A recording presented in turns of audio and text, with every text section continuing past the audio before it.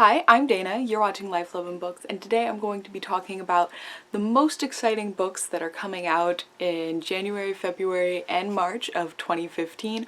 I'll probably do one of these for every 3 months because I keep a list of all of the books that are coming out that I'm excited about or interested in, so yeah.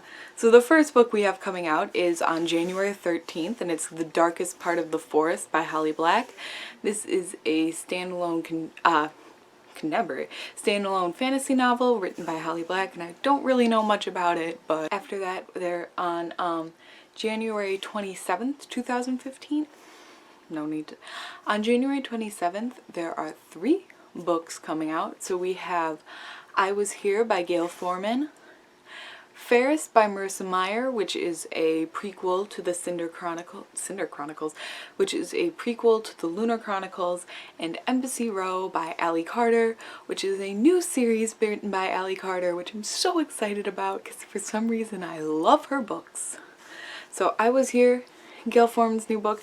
I'm not totally sure what it's about. I think it's about friends and one of them commits suicide and then we're following the friend who didn't. Either way, excited. I love Gail Forman. The cover for I Was Here is gorgeous. If I had software that would allow me to put the picture in, I would, because it's so pretty. Ferris, I'm upset that it pushed back winter, but we are getting like a full another book, so there's going to be like 5 books instead of 4, so that's exciting. And then Embassy Row, it's just another Allie Carter book. I don't know what it's about. Probably spies or something in government. It's gonna be awesome.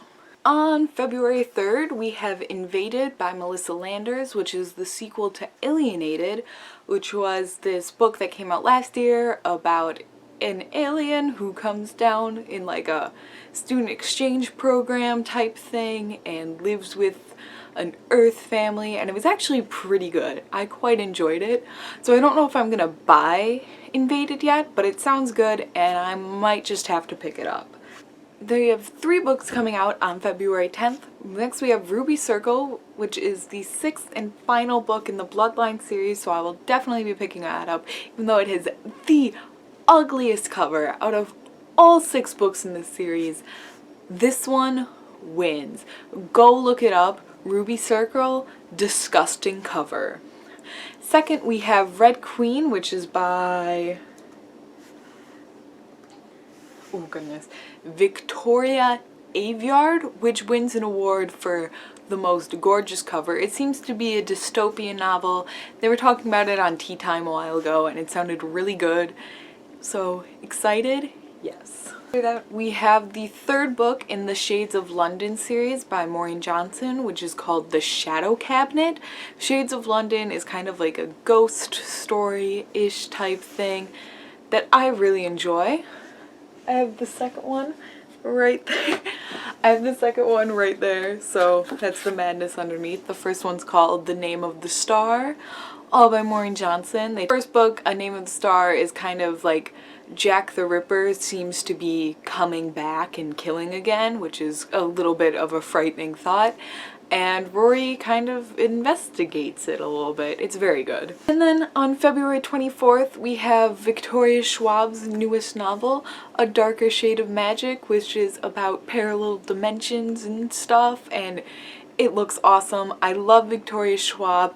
If you watched my Best Books of 2014 video, Vicious is in there, because it's awesome.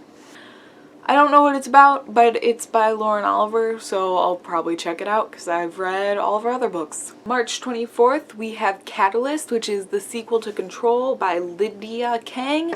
It is a dystopian story about mutants and such, and it's interesting.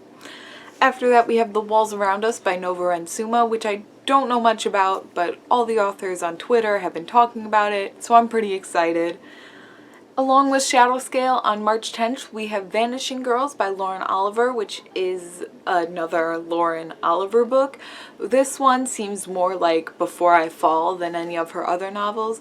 It is about 2 kids, brother and sister, Nick and Dara disappears and Nick and another girl, Madeline, disappears, and Nick becomes convinced that their disappearances were connected and goes out looking for them. After that, On March 24th, we have Catalyst by Lydia Kang, which is the sequel to Control by Lydia Kang. Control is a kind of dystopian story, kind of about mutants. It's pretty good. I enjoyed it. I'm excited for the sequel.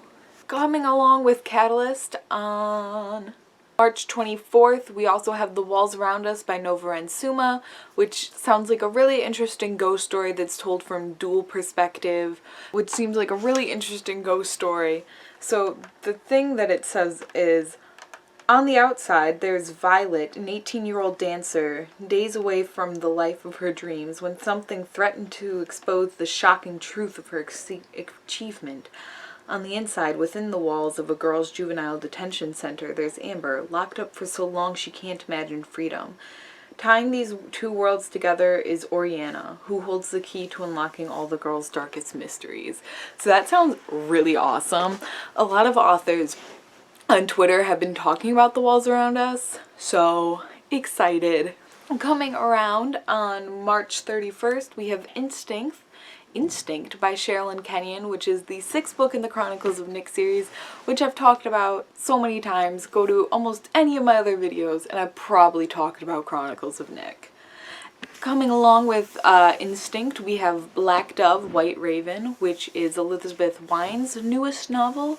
It's a historical fiction book that takes place in the 1930s that deals with racism and such. I'm excited. Right? Those are all the books that I know about or am excited about coming up in January to March. If you have any more, leave them in the down below in the comment section, and I will be super excited to read about the books that you're excited to read about. For now, I'm Dana, you're watching Life Love and Books, and I'll see you next time. Bye!